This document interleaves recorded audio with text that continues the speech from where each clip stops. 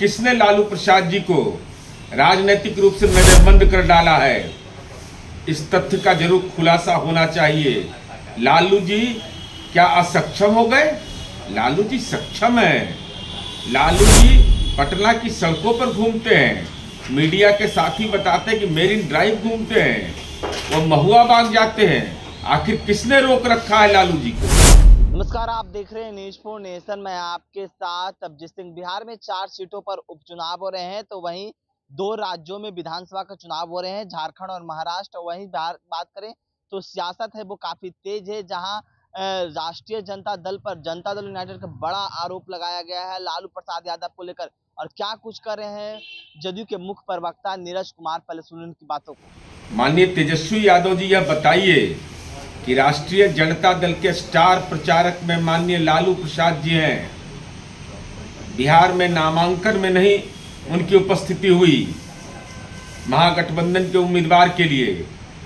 झारखंड में उनकी उपस्थिति नहीं, तो आखिर किसने लालू प्रसाद जी को राजनीतिक रूप से नजरबंद कर डाला है, इस तथ्य का जरूर खुलासा होना चाहिए।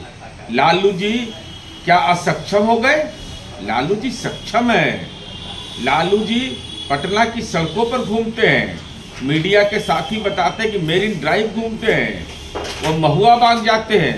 आखिर किसने रोक रखा है लालू जी को?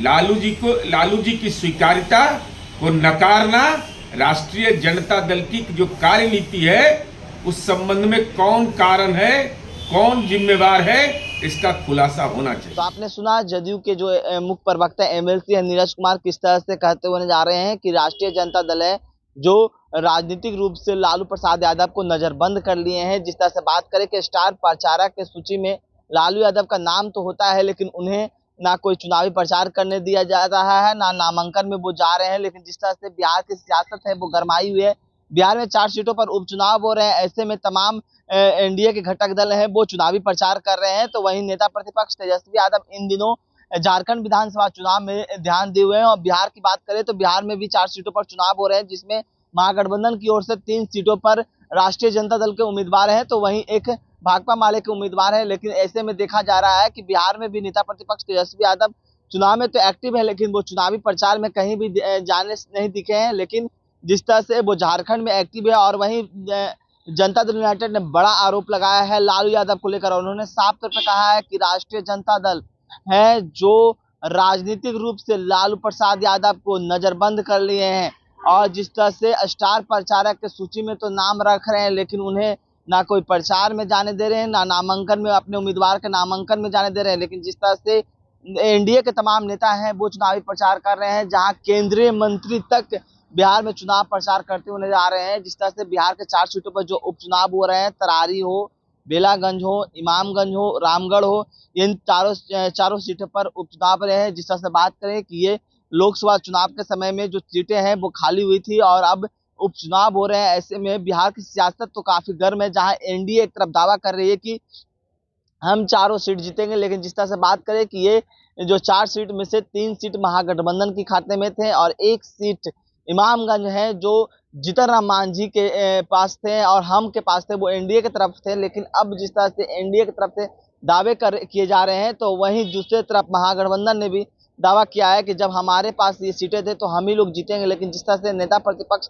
तेजस्वी यादव झारखंड में एक्टिव है, तो उसको लेकर भी जहां सत्ता पक्ष के लोग हैं तेजस्वी यादव पर सवाल खड़े कर रहे हैं कि वो बिहार में क्यों नहीं जा रहे हैं। जिस तरह से वो झारखंड में जा रहे हैं, अपने उम्मीदवारों के लिए प्रचार कर रहे हैं, झारखंड के चुनाव के लिए प्रचार कर रहे हैं, लेकिन बिहार में वो कहीं से नहीं प्रचार कर रहे हैं। और जिस तरह से तेजस्वी यादव सीधा तौर पर बिहार के मुख्यमंत्री नीतीश कुमार को नकारते हुए नजर आ रहे हैं और कहते हुए नजर आ रहे हैं कि वो अब थक गए हैं। ऐसे में अब युवा की सरकार चाहिए, जहां तेजस्वी यादव एक और कर रहे हैं कि 2020 के चुनाव में जो परिणाम आया था उससे ज्यादा देखने को मिलेगा 2025 में, और युवा की सरकार बनेगी, यानी कि राष्ट्रीय जनता दल की सरकार बनेगी। और जहां जनता दल यूनाइटेड ने बड़ा आरोप लगाया, तब देखने वाली यह भी बात होगी कि आरजेडी की तरफ से क्या बयान आता है। जिस तरह से उन्होंने नजरबंद का आरोप है वो राष्ट्रीय जनता दल पर लगाया है कि लालू यादव को राजनीतिक रूप से नजरबंद कर लिया गया है।